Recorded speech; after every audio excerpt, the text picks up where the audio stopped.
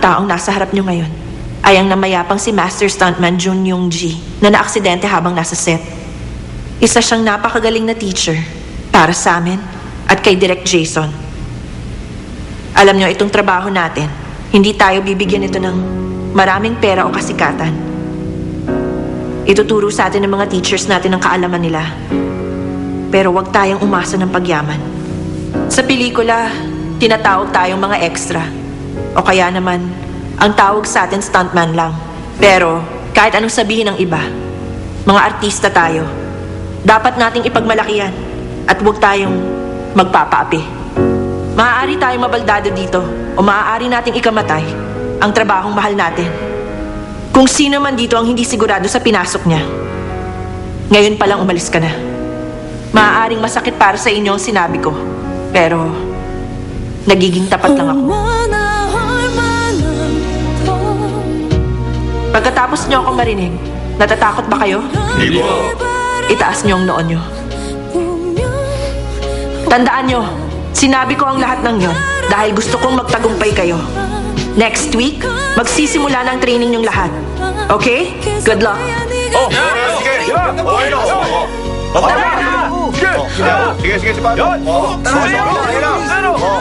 Dali! Pwesto mo, pwesto mo.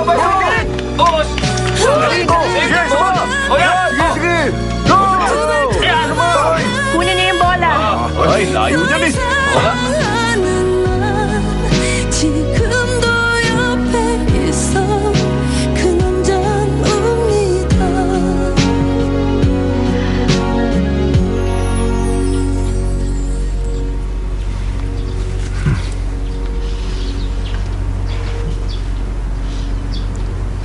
Kunin niyo yung bola. Opo. Pare, akin ang bola.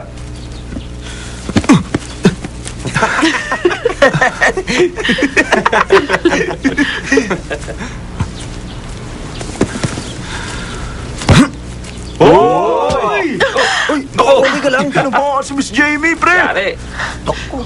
Lagot ka. Eh, bakit kasi tumalikod ka? Papunta dyan ang bola eh. Bagong teknik ba yan? Ay, sira ulo to.